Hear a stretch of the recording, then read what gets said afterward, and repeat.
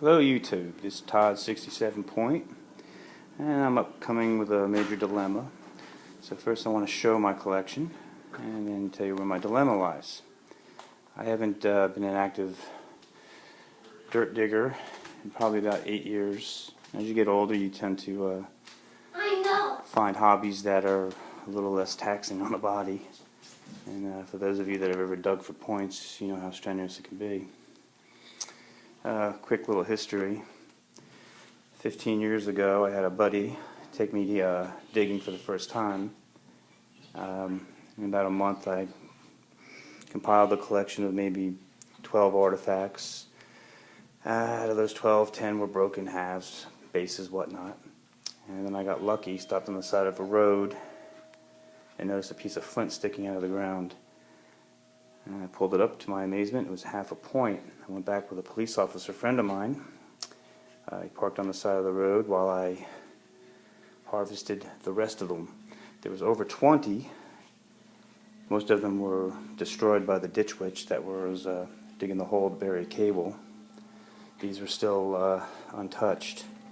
And just to give you an idea, the size of these, obviously they're quite massive. Also, for those of you that are new to the hobby, I would recommend holding it with one hand, and usually I'd pick it up with a towel underneath it in case it was dropped. But for the purpose of making this video, unfortunately I have to do this. And of course, while they're damp, the colors really come through. These kind of look like petrified wood when they're wet. The detail in them are just explicit. And of course, over the course of the next 6 or 7 years, I'd never found another cache before. I've compiled a decent collection in my opinion. What we see before us are the points that are 90% whole or better that aren't common in my opinion. In other words, there's something special about them, or valuable. And of course the ones that are individually cased are quite memorable finds for me, so I want to make sure they never have the opportunity to touch another point. This one, for example, I left the top off on purpose so I could explain this a little bit.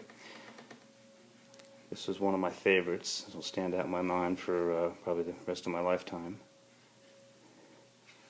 Workmanship, just unbelievable. I mean, in my mind, you don't get a more perfect point than this.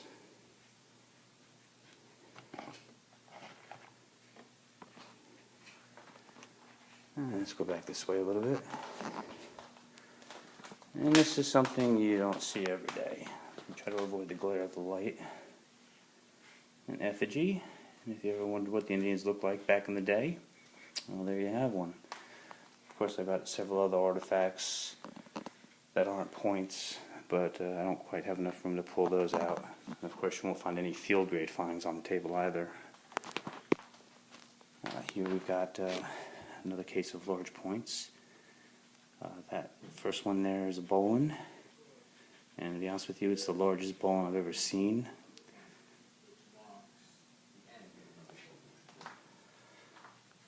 There's a Noonan drill. Of course, we got some paleo mixed in there. Dalton, another bevel Bolin. There's a little wheeler right there. Noonans were always my favorite. And here we have, I guess they're classified as bird points, but in my opinion these are true arrowheads. This particular case is kind of neat to me. Everything in here was found at one location over the course of probably 3 weeks of excavating. These are the finest that came out. And over here, I had a little extra room on the table, so I put them here. These are pretty much field grade finds, or extreme common points, or a little more damaged.